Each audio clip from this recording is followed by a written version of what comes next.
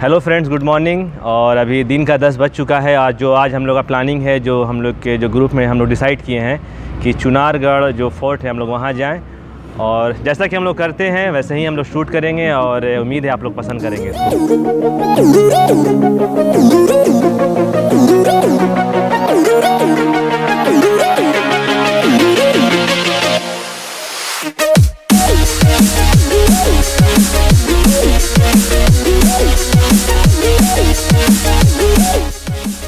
ये देखिए चुनारगढ़ किला का बाहरी हिस्सा।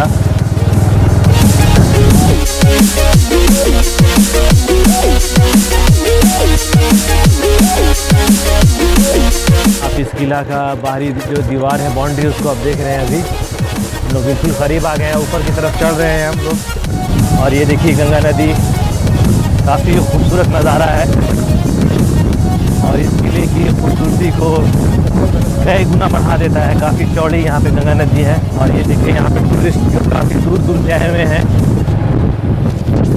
हर दिन यहाँ लाखों लोग आते हैं इस किले को देखने के लिए।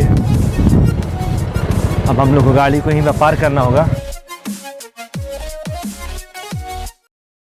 फाइनली हम लोग 150 किलोमीटर सफ़र कर चुनारगढ़ किला जो राजा विक्रमादित्य ने बनाया था, हम लोग यहाँ पहुँच चुके हैं।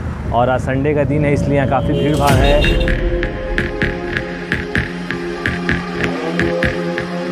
देखिए अंदर हम लोग आ चुके हैं। काफ़ी लंबा सफ़र करके हम लोग आए हैं, तो जिसम थका हुआ है।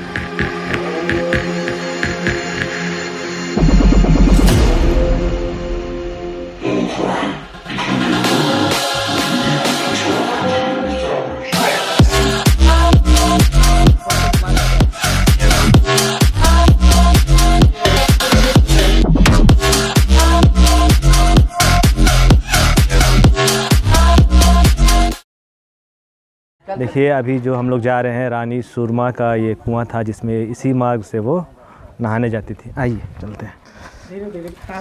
देखिए जो रास्ता है ये काफ़ी जर्जर हो गया है, तो हम लोग को बहुत सावधानी पूर्वक यहाँ आने की ज़रूरत है। जो रानी सूरमा थी इन्हीं रास्तों से होते हुए यहाँ पे आके नहाती थी।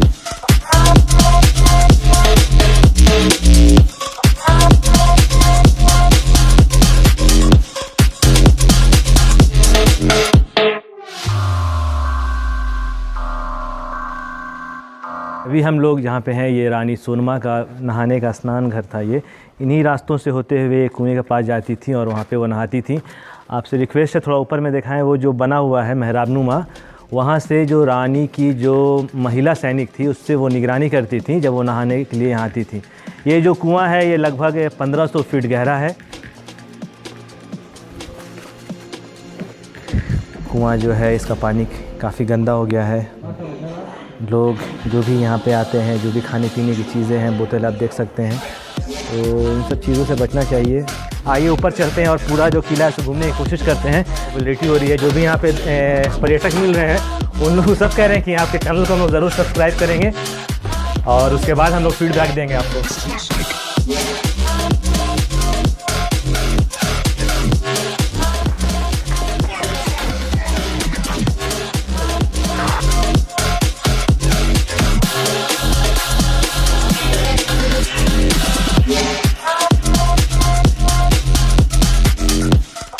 अलग अलग शासनकाल में इस किले का नाम भी अलग अलग हुआ। जैसे अभी हम लोग चुनारगढ़ के नाम से जान रहे हैं। इसके पीछे मुख्य वजह है कि जो भी चीनी मिट्टी के यहाँ जो भी बर्तन बनते थे यहाँ पे चीनी मिट्टी के, इसकी वजह से चुनारगढ़ नाम पड़ा। और जब रानी जो सूरमा थी तो वो एक जादूगरनी थी, जिसको भी मतलब पसंद करती थी। उनको चिड़िया है या कबूतर ऐसा बना के अपने पिंजड़े में कैद कर लेती थी।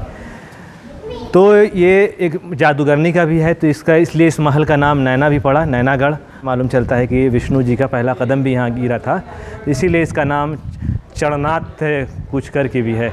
ये देखिए प्रकाश भाई, ये जो आप देख रहे हैं, ये जो जाली देख रहे हैं आप, ये जो शेरशाह की बेगम थी, लाडो बेगम, ख़ास करके वो जो औरतों का जो भी जैसे मतलब जो भी झंझट होता था, जो भी उन लोग में जो औरतों के लिए जो भी फ़ैसला सुनाती थी, तो वो फ़ैसला इस जो उनकी जो जाली है या जो खिड़की है, जो भी कहेंगे आप, यहाँ से वो औरतों के हक़ में फ़ैसला सुनाती थी।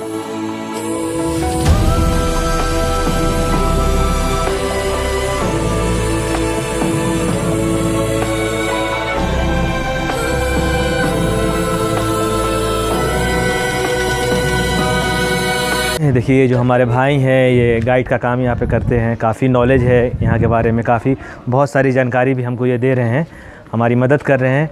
और सबसे खुशी की बात है कि क्या नाम है आपका? विशाल यादव। विशाल यादव जो हैं हमारे शहर सासाराम तकिया मोहल्ला के हैं। आप देख सकते हैं हमारे बैक साइड में गंगा नदी है। यहाँ पे हमारा जो दिखाने का रीज़न है, आप उस बिल्डिंग की तरफ प्रकाश भाई इसको फोकस करें। वो जो बिल्डिंग है जो देख रहे हैं राजाओं बादशाहों के वक्त में वो जो कत्लेआम जहाँ पे कत्ल किया जाता था वो है। और जब ब्रिटिश शासन काल आया तो वहाँ पे फांसी दिया जाता था और राजाओं के वक्त में वहाँ पे कत्ल करके उनकी मुक्ति के लिए गंगा नदी में उन लाशों को बहा दिया जाता था। यहाँ पे हम बैठे हुए हैं, बिल्कुल यहीं पर बैठ के वो इशारा करते थे जब वो कत्ल किया जाता था।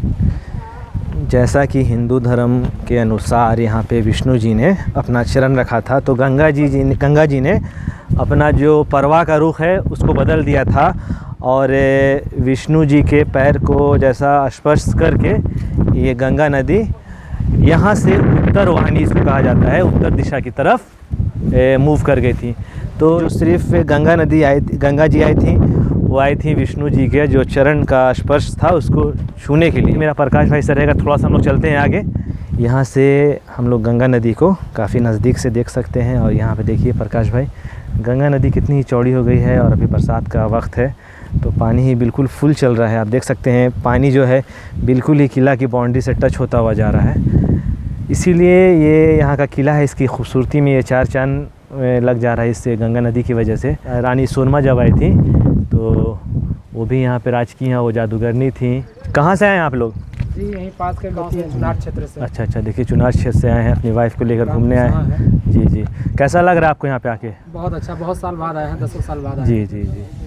चलिए, इन लोग इसी डिस्ट्रिक्ट से हैं और ये अपनी वाइफ को यहाँ पे घूमने आए हैं।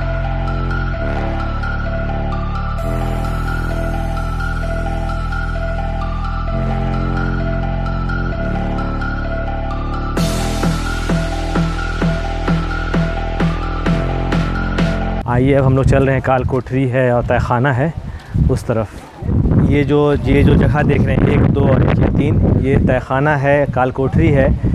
और जब जंग के दौरान जो भी हार होती थी, हारे हुए जो भी सैनिक हैं, बादशाह हैं, इन्हीं काल कोठरियों में इनको बंद कर दिया जाता था। तो इस काल कोठरी में जाने का यहाँ से 3 रास्ता है, 1, 2 और एक आपके पीछे है 3। जो होल है इसका जो बनाने का वजह है कि रोशनी के लिए, ऑक्सीजन के लिए, इसके अंदर जो भी लोग रहें उनको मतलब हवा और रोशनी उनको मिल सके। उसके ये जेलनुमा है, जो भी यहाँ पे सैनिक है जो भी, इनको यहाँ पे कैद कर दिया जाता था, क्योंकि यहाँ पे कुल मिलाकर 17 बादशाहों ने राज किया है। ये जो पीछे में आपको एक छोटा सा महल का हिस्सा दिख रहा है, इसको 1333 में राजा स्वामी ने अपनी बेटी सोनमा की शादी के लिए मंडप के लिए बनाया था। तो आप देख सकते हैं पत्थर पे काफ़ी महीन नक्काशी है। आप जब देखेंगे तो जैसे शादी ब्याह में जो मंडप बनता है उसी की डिज़ाइनिंग पे इसको बनाया गया है और काफ़ी खूबसूरत। जितना भी अंदर जाने का गेट है, आप उसके ऊपर में देखेंगे कि अरबी में नक्काशी की हुई है। तो इसका जो भी है निर्माण तो राजा स्वामी ने किया, लेकिन जब 1530 में शेरशाह आए तो उन्होंने अपने लिहाज से, अपने हिसाब से बहुत सारी चेंजिंग और बहुत सारी नक्काशी उन्होंने चारों तरफ करवाई है।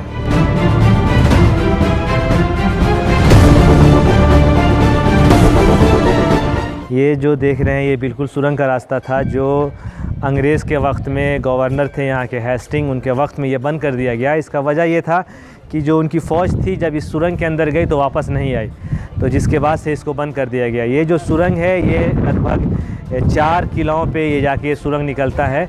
तो जो 4 किला है वो किले का नाम है नौगढ़, सतेशगढ़, विजयगढ़ और रामनगर। इसलिए यहाँ से ये रास्ता था जिसको अंग्रेज़ के वक्त में हेस्टिंग जब थे तो उन्होंने इसको बंद करा दिया है।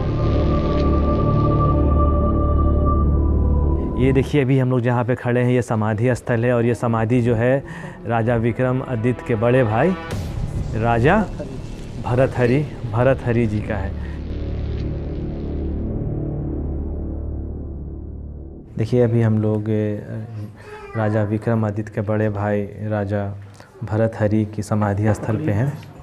समाधि स्थल पे हम लोग हैं और यहाँ पे उन्होंने समाधि ले लिया था। ये उज्जैन के बादशाह थे। ये अभी हम जो राजा भरतहरि हैं उनके समाधि स्थल पे हैं और यहाँ के वो पुजारी हैं। आइए उनसे हम जानने की कोशिश करते हैं कि क्या इसका इतिहास रहा है और इसके बारे में कुछ हमारे जो व्यूवर्स हैं उसको आप बताएं। ये योगी राजा भरतहरि पहले खुद ही राजा थे, उज्जैन के चक्रवर्ती राजा थे, लेकिन अपना राजपाट त्याग कर नाथ संप्रदाय में योगी हुए। गुरु गोरक्षनाथ के परम शिष्य बने। अपने छोटे भाई को राजगद्दी सौंपकर सम्राट विक्रमादित्य को ये पूरी पृथ्वी भ्रमण करते हुए इस पर्वत पाए। यहाँ उस समय में किला नहीं था, घोर जंगल पहाड़ था। तो यहाँ पर इन्होंने घोर तपस्या करते हुए क्यों तपस्या की है कि इस पर्वत पर जब भगवान विष्णु ने अवतार लिए थे, 52 भगवान विष्णु राजा बलि से 3 पग जमीन मांगे थे दान में, तो उनका प्रथम चरण इसी पर्वत पर पड़ा था। इस किले का पहला नाम इस किले का जो पहला नाम पड़ा, हम पुजारी जी बता रहे हैं कि चढ़ातीगढ़। 52 भगवान विष्णु का चरण पड़ने से इसका नाम चढ़ातीगढ़। जब उन्होंने 3 पग जमीन मांगे दान में राजा बलि से, तो उनका पहला पैर जो पृथ्वी पड़ा था इसी पर्वत पर पड़ा। आज इस किले को आप देखेंगे तो पूरे पैर के पंजे का आकार का ये आकार है, अभी भी है, अब भी है। और दूसरा पैर स्वर्ग लोक में, तीसरा पाताल लोक में, तीनों लोक नाप लिए।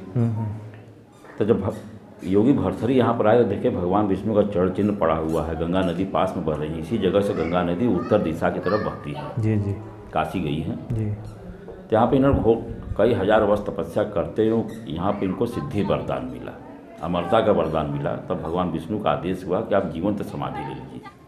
तो इसी पहाड़ में इन्होंने गुफा खुदवा कर अपने आप को ध्यान लगा कर बैठ कर अपने भक्तजनों से कह दिए कि मुझे यहाँ पर बंद कर।